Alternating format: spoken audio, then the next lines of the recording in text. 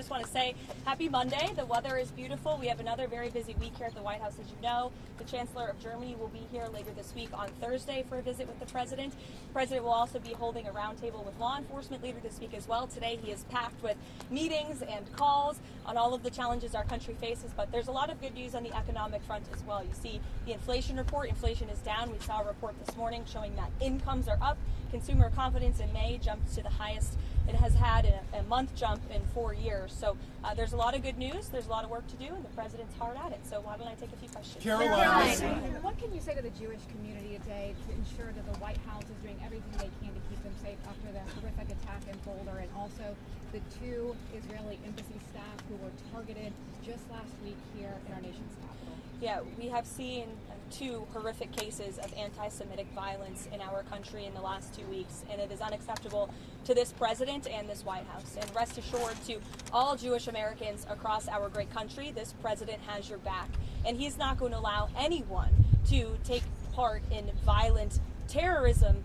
It's acts of terrorism in our country, and that's what this case in Boulder, Colorado is being investigated as. Kudos to our FBI Director, Kash Patel, for immediately calling this a targeted terrorist attack. That's clearly what it was.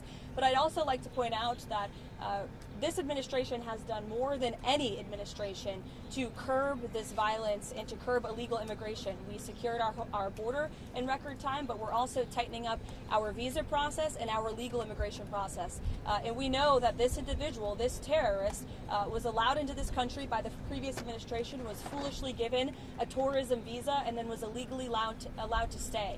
These individuals are going to be deported, and we're not going to tolerate such violence in our country. Karoline, last week you told me that Donald Trump was waiting until the talks between Russia and Ukraine today in order to make a judgment on whether or not Vladimir Putin wanted peace. Those talks have happened. Where does he stand, and is he willing to impose additional sanctions? I'll let the President speak on that. Today, the Russian and Ukrainian delegations met in Istanbul, but the Turkish president is suggesting that it's high time that leaders, President Erdogan, President Trump, President Putin, and President Zelensky meet in Istanbul. Is that something that President Trump would support and would be partaking? Well, the President has said he's open to it if it comes to that, but he wants both of these leaders and both sides to sit down at the table together. And we saw them do that at the urging of President Trump today. But as for how the President feels about those talks and what took place there, I'll let him speak on that. What's the President's reaction to that Ukrainian drone attack, stunning drone attack on Russian air bases? I'm sure he saw that. What's his reaction? Well, look, the reaction is this war needs to come to an end, and this war has been brutal from both sides. Too many people have died, and the President wants this war to end at the negotiating table, and he's made that very clear to both leaders, both publicly and privately.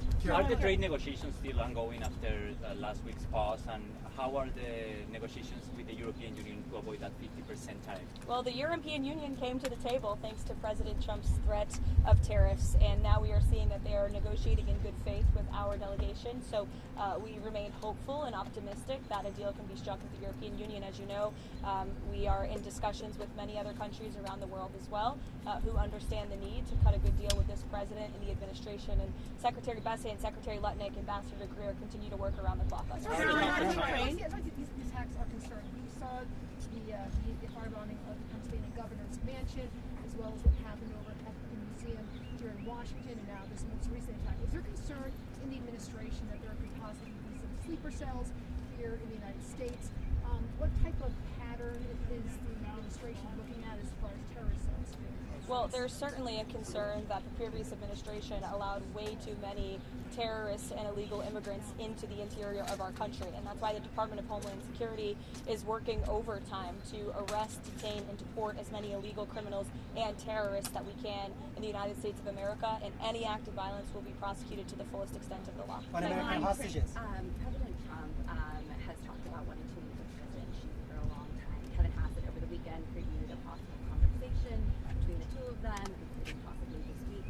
Has that call been scheduled, and what is the President hoping to get out of that call? To the cameras. Well, sure. She asked about the potential call with President Xi.